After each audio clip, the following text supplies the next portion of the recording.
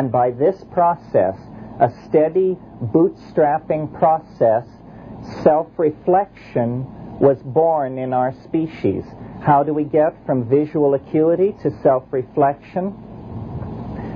Low doses of psilocybin give increased visual acuity. Medium-range doses of psilocybin give an increased interest in erotic activity. You should laugh. There may not be too many laughs with this one.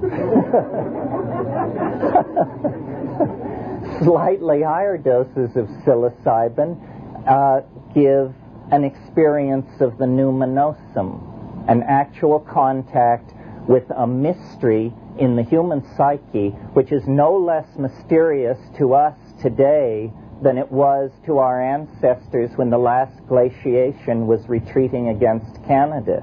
I mean, don't kid yourself. In the face of this, the content of this symbiotic relationship, modernism, rationalism, positivism, all is exposed as just whistling past the graveyard, because the numinous depth of the mystery that seems to have called us out of the animal mind is completely impenetrable to modern analysis. That's why even discussing its presence is mitigated against so intensely. Well, I don't want to spend too much time on this early facet of the emergence thing. I want to move ahead and show that as pastoralism developed, as the domestic relationship between cattle, human beings, and mushrooms settled down into a self-reinforcing cycle of consciousness, language arose, religion arose of the goddess-oriented variety, and the connection of the cow to the goddess is there at the dawn time. There is no question about it. Language seems to have been the particular prerogative of women in the early emergent phases. This is possibly because men were involved in hunting activities where great premium is placed on silent stealthiness, while women were engaged as gatherers in the hunting-gathering phase.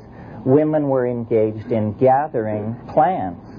And as all botanists can tell you, gathering plants involves an extensive taxonomic language, so that the difference, the minute differences between cereal grains and insects and all of these things need to be linguistically defined and characterized. And to this day, a taxonomic description of a plant is a Joycean thrill to read, because, you know, subapically glabrous with lanceolate trifolium, and so on for many, many lines. But in a strange way that is a law repeated over and over again through history, each advance somehow outsmarts itself. And the wonderful linguistic depth which women attained as gatherers through the production of folk taxonomy eventually led them to a terrible discovery, the discovery of agriculture, because they learned that rather than maintain this vast library of shifting information about seasonal plants randomly distributed or distributed according to the whims of nature, they could in fact focus on a very small number of plants, learn how to grow these plants, learn their needs alone, and at that point the retreat was on, and the dualism was fully in place, and there was that which was domesticated, that which was of the hearth, and that which was of the Ausland, the howling unknown, that which was beyond the pale. I think it was Weston LeBar, great old anthropologist, who felt, he said, hallucinogens can only be used in hunting and gathering cultures because when agriculturalists use them, it makes it impossible to get up at dawn and go hoe the fields. And so suddenly the gods become the corn gods and the wheat gods, gods of symbolizing domesticity and hard labor and that sort of thing. And at this moment of agriculture, which led to overproduction, which led to trade, which led to cities, and so forth, there is a beginning of the breaking away of this symbiotic relationship which had bound human beings to nature to this time. And I don't mean this metaphorically. I mean, I want to be taken seriously as proposing that the ennui of modernity is the consequences of a disrupted symbiotic relationship between ourselves and vegetable nature, and that only a restoration of this in some form is going to carry us into a full inheritance of our birthright as human beings. Now, what did this symbiotic relationship consist of? What was the effect of this psychedelic use, this embeddedness of language-using, cognition-using, but stoned primates in the natural order? Well, I submit to you that what it was, or how it acted operationally, was as a feminizing pheromone. That the continuous exposure to this tremendum, represented by the hallucinogenically induced ecstasy, acted to continuously dissolve that portion of the psyche which as moderns we call the male ego.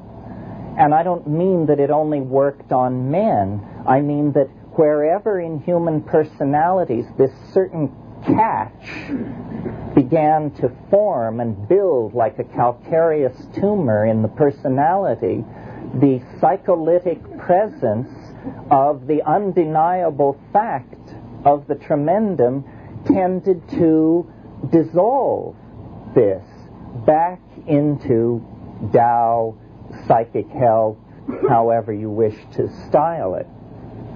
And that the evolution of language then, setting up this movement off into specialization and a movement away from nature, set up the consequences of the ennui which permeates Western civilization. It is only in Western civilization that you get this steady focus on this monotheistic ideal and working out the implications of what is essentially a pathological personality pattern, the pattern of the omniscient, omnipresent, all-knowing, wrathful male deity.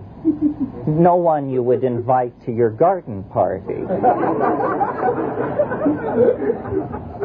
It's very interesting that this ideal is the only instance, the only hypostatization of deity that I know of that has no congress with woman.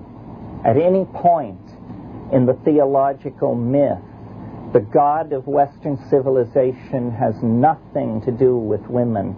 And the presence of the Sophia and the presence of the Mater Dolorosa and all of these things have only been tolerated as heresies in the Western tradition. And it is the Western tradition that has the most continuous break with this symbiotic relationship. In other words, we have wandered into a state of prolonged neurosis because of the absence of a direct pipeline to the unconscious. And we have then fallen victim to priestcraft of every conceivable sort. A similar situation, which may give us some objective perspective on our own, haunts the fate of those portions of Indo-European humanity that went east instead of west. In other words, the whole story of Indian civilization is the story of